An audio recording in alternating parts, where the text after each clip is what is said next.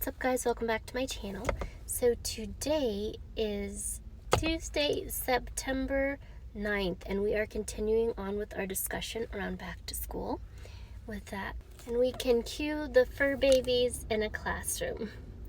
The topic for today is work diligently, not perfectly. And the scripture reading for today comes from Colossians chapter 3, verse 23. In everything that you do, whatever you do, work at it with all your heart, as working for the Lord, not for human masters. So often it can be easy to judge our performance by everyone else's standards. But when we focus on doing our best, that is pleasing to God. When we focus on surrendering to God and allowing Him to guide our steps, that is enough. We can trust God with our life. If you're going to trust anyone with your life, you can trust God with your life. If you're going to trust anyone with your future, you can trust God with your future. I know, for a quick story time, my husband had been talking with me the last couple of days about throwing my hands in the air and surrendering.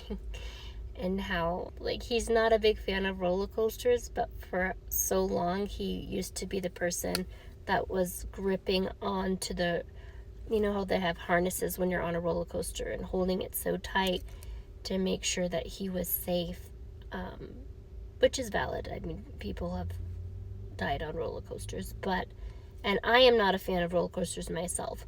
But when we're looking at our relationship with God, God doesn't call us to take control and make sure everything's perfect in our own strength. God calls us to lift our hands and surrender to Him. That can be challenging, especially if you're thinking about how the way that we do anything is the way that we do everything. If you're having trouble relinquishing control in any area of your life, to encourage you to examine your spiritual life as well, because the more we're able to relinquish control to God, the easier it becomes for us to walk with Him. The easier it becomes for us to pursue excellence. Because even in pursuing excellence, we are not pursuing perfection. Nobody's perfect.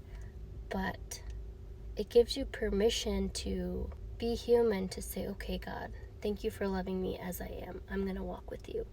I'm going to bow my head and move my feet and study for this exam, and then trust you that hopefully it will all go well, right? That I've done all I can do and the rest is in God's hands.